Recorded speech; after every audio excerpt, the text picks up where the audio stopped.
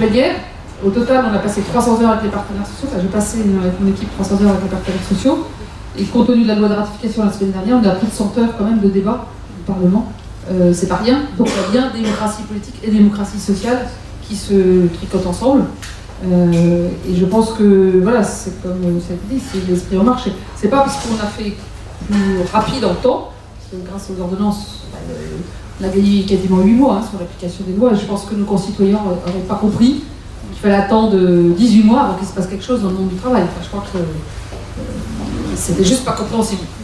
Donc, il fallait passer par les ordonnances, ça nous a permis d'aller plus vite, mais on n'a pas fait moins de concertation, on en a fait plus, y compris des débats au Parlement, on en a eu de façon très intense. Donc, je crois que voilà, faut se dire que mais c'est ce que vous avez vécu dans la campagne, hein. On peut faire en intense ce que d'autres font en plusieurs années, donc c'est un peu la même chose.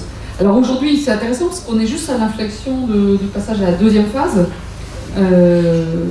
Sur la loi travail, sur les ordonnances pour le renforcement du dialogue social, on a presque fini l'aspect législatif, je dis presque parce qu'il y a encore le Sénat qui doit l'approuver en janvier. Enfin, je rappelle qu'à l'Assemblée la semaine dernière, on a eu 86% de oui à l'Assemblée nationale sur les ordonnances, enfin sur la loi de ratification. En connaissance de cause, les ordonnances étant publiées. Donc, je veux dire, et on a gagné 41 voix par rapport à la loi d'habilitation qui avait déjà été très bien votée. Voilà. Donc, juste pour votre petite fierté, puisque c'est une fierté collective, c'est la loi travail la mieux votée depuis 30 ans. Voilà. On ne sait pas avant parce qu'on n'a pas recherché, mais en tout cas, depuis 30 ans, il n'y en a jamais qui a été votée avec autant de voix. C'est-à-dire que l'élan, il continue quand même. Hein.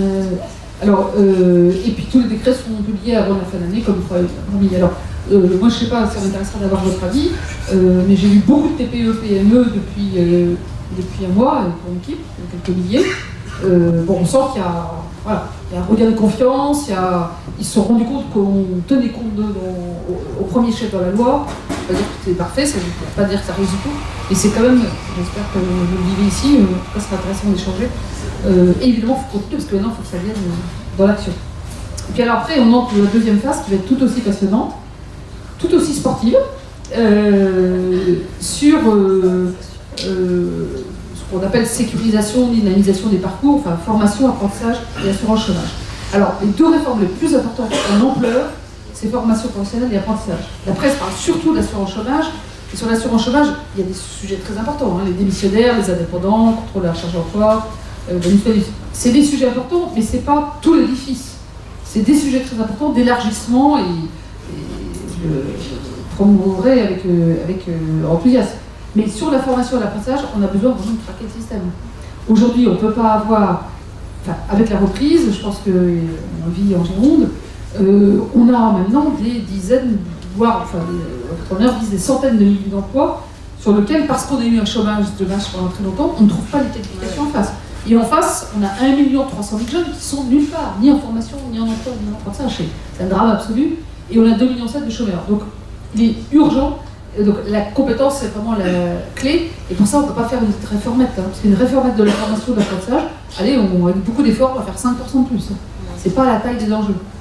En plus, la moitié des emplois vont être profondément transformés dans les 10 ans. Il faut aussi que pour les salariés, il y a beaucoup de formation. Parce que sinon, il y en a qui, dans 5 ans, auront un métier qui n'existe plus, hein, qui a tellement vont être sur le bas-côté. Et pour les demandeurs d'emploi, qui sont déjà loin de la qualification, s'ils n'accrochent pas les nouveaux wagons, on pourrait avoir la double peine d'une croissance qui n'arrive pas à partir faute de compétences et des demandeurs d'emploi qui restent demandeurs d'emploi. Donc c'est pour ça que le sujet compétences, il est stratégique du point de vue de la compétitivité des entreprises, sans personnel qualifié pour pas réussir. Il est stratégique du point de vue des individuels, des demandeurs d'emploi. C'est la meilleure protection contre le chômage, c'est l'accès à l'emploi.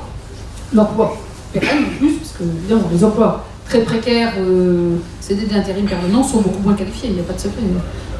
Aujourd'hui, un codeur, un technicien réseau ou un ingénieur, il n'y a pas de problème pour trouver un emploi. Hein. Vous voyez ce que je veux dire. D'abord, il faut que ce soit de bonnes compétences. Et puis, je pense qu'il est stratégique pour la cohésion sociale. On ne peut pas aujourd'hui avoir des quartiers où il y a 40% de chômage des jeunes. Voilà. Vous l'avez vécu pendant la campagne. Et ça, quand ça passe très vite. Voilà. Donc j'ai un peu plus de 10%. Comment ? Pas loin d'ici, là. Oui, et pas soi. Et alors, à peu près partout, on n'a pas très loin des bassins d'emploi où ça repart bien. et des endroits où ça ne bouge pas côté emploi, et c'est là où il y a plus de chômeurs et de jeunes. Donc moi je suis très preneuse aussi d'un échange là-dessus, comment on peut plus mobiliser, comment on peut tirer ceux qui. Parce qu'une partie va partir dans notre sens, d'autres il faut aller plus loin, il faut aller des solutions plus nouvelles pour y accéder. Donc je ne vais pas rentrer plus dans le détail parce que je pense que l'intérêt c'est l'échange, mais je voulais vous dire que voilà, on a démarré la concertation sur l'apprentissage il y a un mois avec les régions qui, comme vous l'avez vu, piloter tout, ils disent que tout ira parfaitement si elles pilotent tout. Les branches des entreprises qui disent qu'aujourd'hui elles sont à 30-31 et que, comme dans tous les pays où ça marche, il n'y a pas de chômage de base des jeunes, c'est parce que les branches des entreprises sont impliquées. Et aussi des gens de terrain. Donc voilà, il y a cette concertation qui est lancée. En parallèle, il y a la négociation des partenaires sociaux, plutôt sur la partie salariée, sur la formation. Et puis on va avoir d'autres concertations avec les régions sur les demandeurs d'emploi. On a tout ce foisonnement-là jusqu'à début mi-février. C'est pour ça que c'est important les consultations, les idées dans le même calendrier, parce que mi-février à fin mars, il faut qu'on prenne les options pour le projet de loi pour pouvoir, dès la session de printemps, être ensemble au Parlement. Donc vous pouvez avoir un rôle sur ces sujets-là, un impact particulièrement fort de tout ce que vous pourrez amener comme idée et suggestions là dans les 2 mois et demi qui viennent, parce que c'est maintenant où ça va prendre forme. Et évidemment, les grandes lignes sont tracées, mais il y a plein de choses à décider et plein d'innovations. Voilà, à vous.